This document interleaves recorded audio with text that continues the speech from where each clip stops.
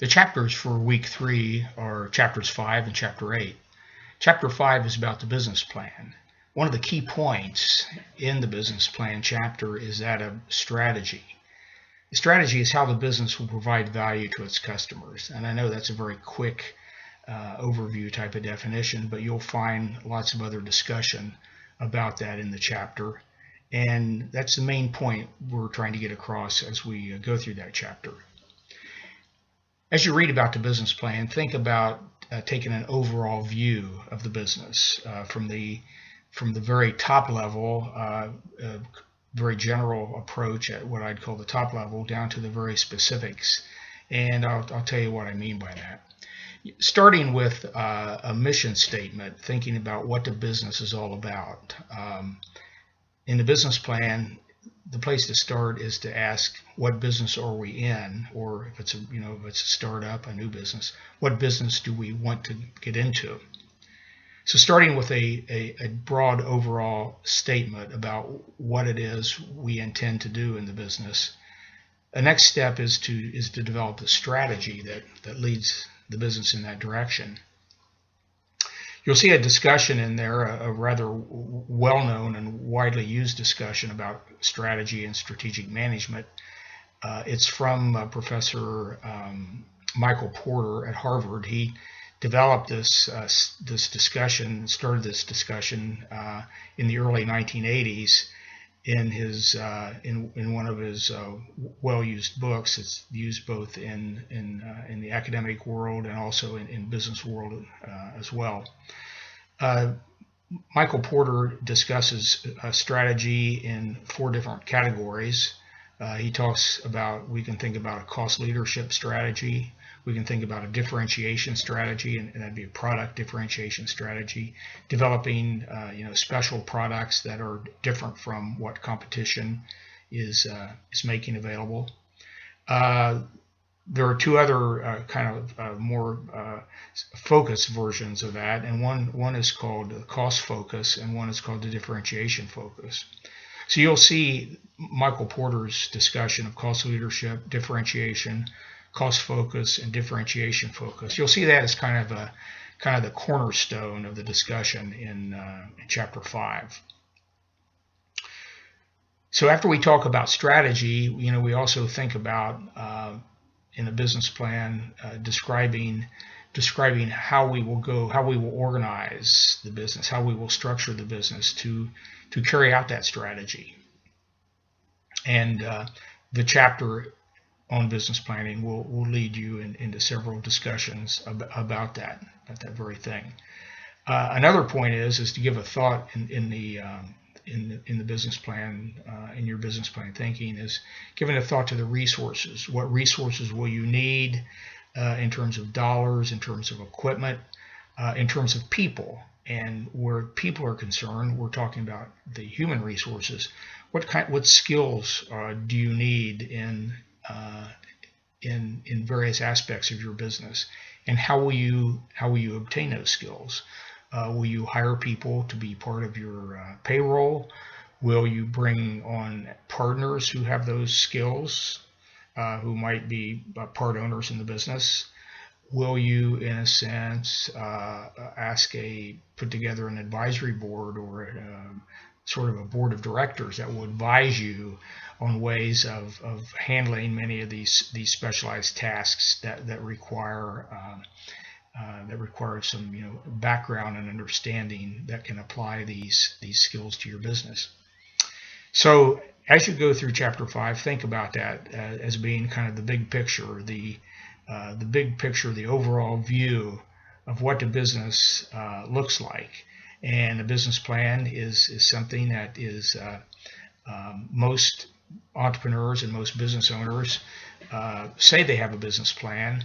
You'll see in this chapter, the authors emphasize having it written and having it in a formal way. So the authors are suggesting that just saying I have a business plan and it's all on my mind, and at any one time I can draw on that plan and execute that plan. Take the more organized, formalized approach that the authors are presenting, and think about ways of having a formal plan and putting that in writing, and how essential that is for the small business, whether it is a new startup that has not yet produced a product or served a customer, or whether it's a business that's been in existence for a while. Think about the importance of formal planning. When we get into Chapter 8, it's about the marketing plan, which is a fine-tuned view of one important section of the business plan. The marketing plan plays an important role for any business that is selling a product or a service, which means that pretty much covers the every kind of business you could think of. The marketing plan forces the business person to identify the target market, to identify who the customers are that we've put this business together to serve. Who are they? How many of them are there? What do they like about the various products that they're buying? What do they not like? How do they like their service? How can we provide a better product? How can we provide a better service? And we would put that into our marketing plan. The marketing plan also forces the business owner and the business manager to think both short-term and long-term, to use both short-term strategies and long-term strategies. Sometimes a short-term strategy is necessary to kind of fill in the gap, to put something in place, put a plan in place when a new competitor enters the marketplace, when a new business opens across the street.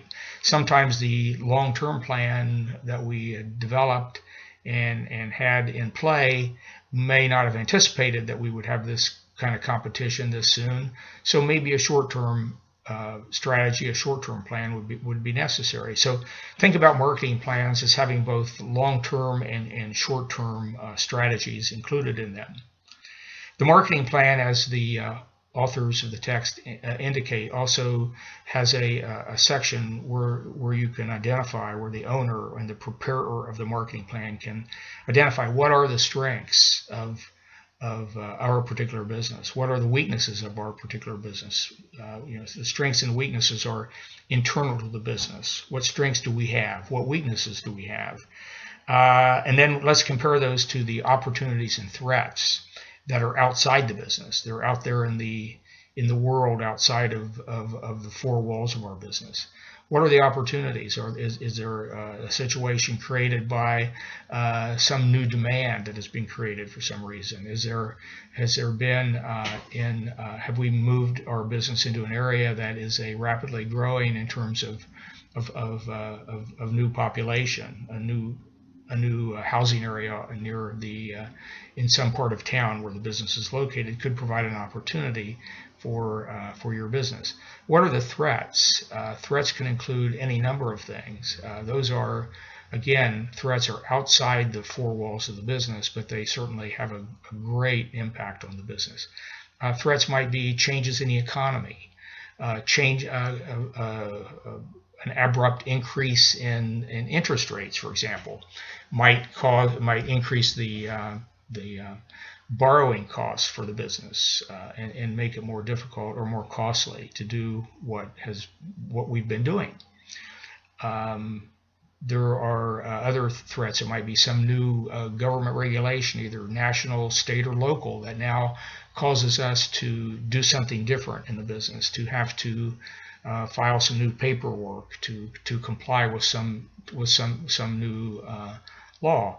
Again, a threat doesn't have to be something that would necessarily threaten the closing down of the business, but it does mean that it's something that we need to pay attention to, and the business owner needs to pay attention to.